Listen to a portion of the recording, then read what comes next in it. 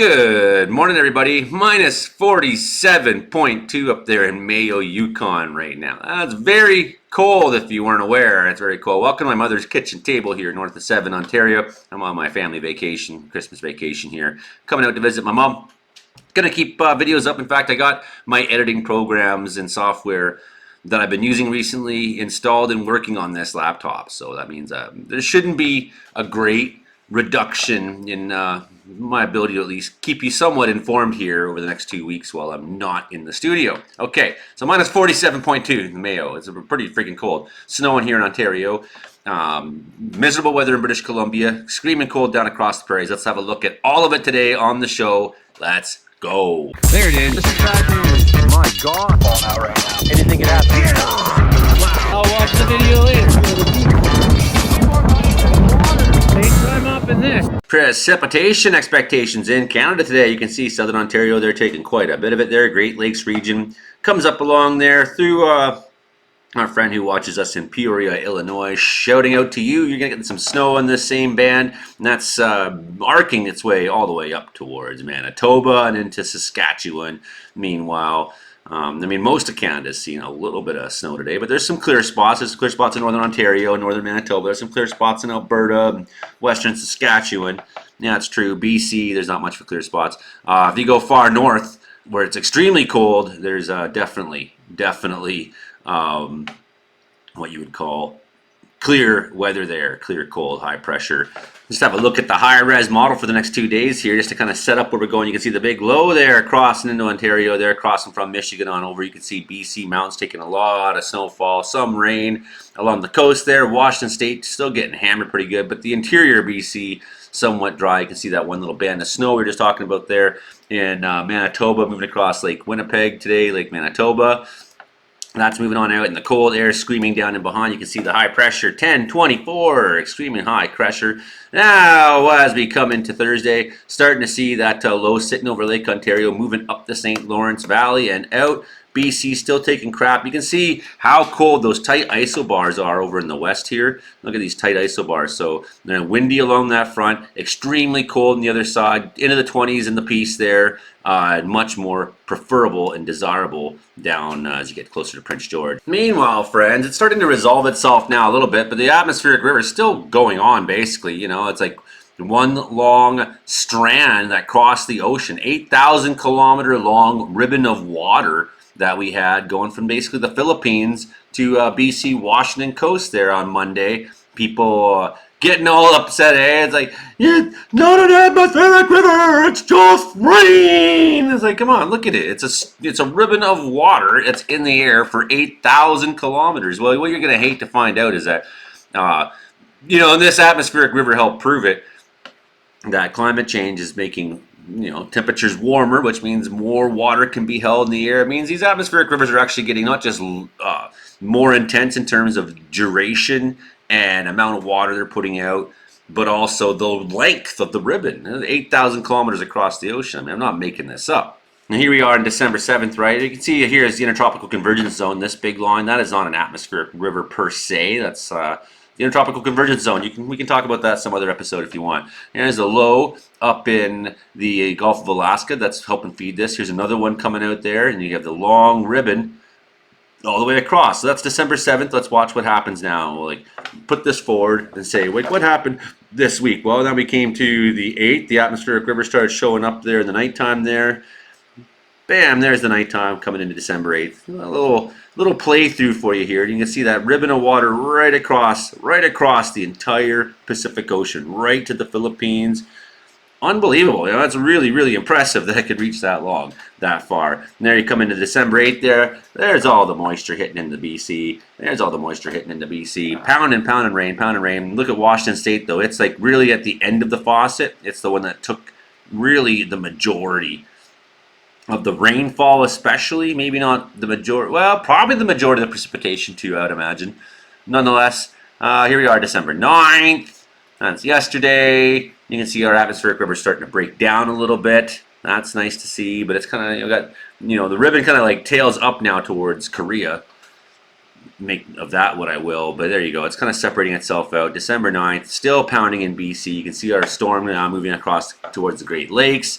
Some snowfall picking up in Ontario. You can see the cold trying to scream down in behind it. That nice clear line right there. Wham! That's cold air. That's what that line is. And look at, as we come into the 10th, BC taking it hard on the chin, Ontario taking it hard. That's the two big snow stories, and the rest of us are looking at a lot of cold temperatures, a lot of miserable weather, to be honest. Now, I mean, the good news for BC is we keep seeing models that show it's going to be cold, and that was kind of like what we were looking at this weekend. It could get down to, before the weekend, minus 20s in Prince George, but it doesn't seem to want to cross the mountains.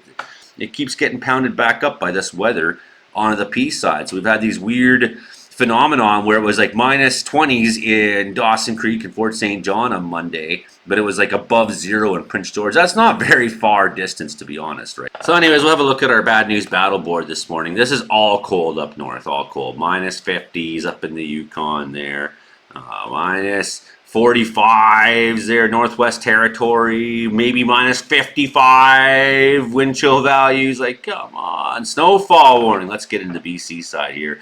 It's basically, I think everything, if you go north, is basically all cold. So basically all cold today through Friday morning. It'll probably go longer than that. But anyways, North Coast inland, including Stewart, 30 centimeters snow max for you. Pacific front moving across Stewart region. Snow at times heavy will continue today. 20 centimeters is falling yesterday and last night. 5 to 10 can be expected today. Snow will taper off this afternoon, though, with light flurries moving in the evening. We're starting to see, we're getting close to the end for BC. Pine Pass still taking 15 and 25 centimeters this morning. That will probably end soon. Look at southern BC. This is nuts there. So we looked at this one yesterday. Rainfall warnings. They're up to 110 millimeters into Wednesday evening into tonight. 70 millimeters into the evening here in Vancouver. Even got rainfall warnings in some of the areas that maybe you would expect to see some possible snowfall warnings during an event like this, although not necessarily for Chilliwack so much, but some of the Hope areas. I'm talking specifically this area here, where the basically the mountains really take off. So that's all rainfall warning for Hope, Allison Pass, and the Coquihalla. We got rainfall warning. Rainfall warning in the Coquihalla. So this is pretty gross, 60 to 80 mils. That's why there is some special weather statements, I think, in the southern interior for possibility of flooding, because the snow is getting melted off pretty intensely by the rainfall up there right now. 60 mils. So like a southern BCC and rain until you get up towards Lake Louise on the Alberta side. That's fallen. As well as 20 to 40 centimeters at Rogers Pass. So you're trying to get into the Alberta side still. It's a bad idea. Very windy down in Alberta, 100 kilometers an hour. Then we go up on the Alberta side in the north. Snowfall warning still, 10 centimeters up there on the Alberta Peace side. And then you get to the start seeing the cold warnings in northern Alberta there, minus 40s.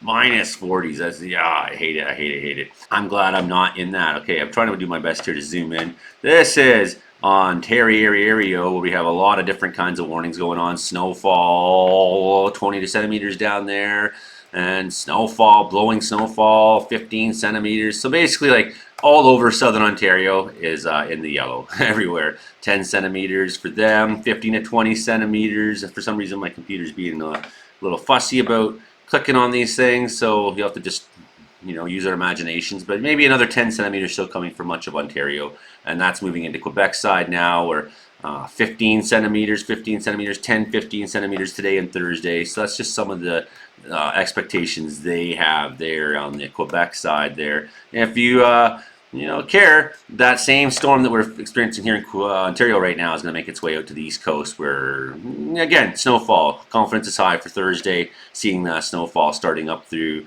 north and south shore of Gaspé Z and into New Brunswick and whatnot. We do have a variety of statements here. If you live in those regions, I would make sure to go spend some time reading Environment Canada today. Freezing rain potential. That's maybe the last good one here. That's a special weather statement there for New Brunswick for 3 to 6 hours of duration this evening until Thursday morning. Make sure your friends in New Brunswick know not to be driving around tonight. Just a quick check-in on what was going on yesterday. You can see Manitoba took a lot of snow from this system that's now bothering Ontario.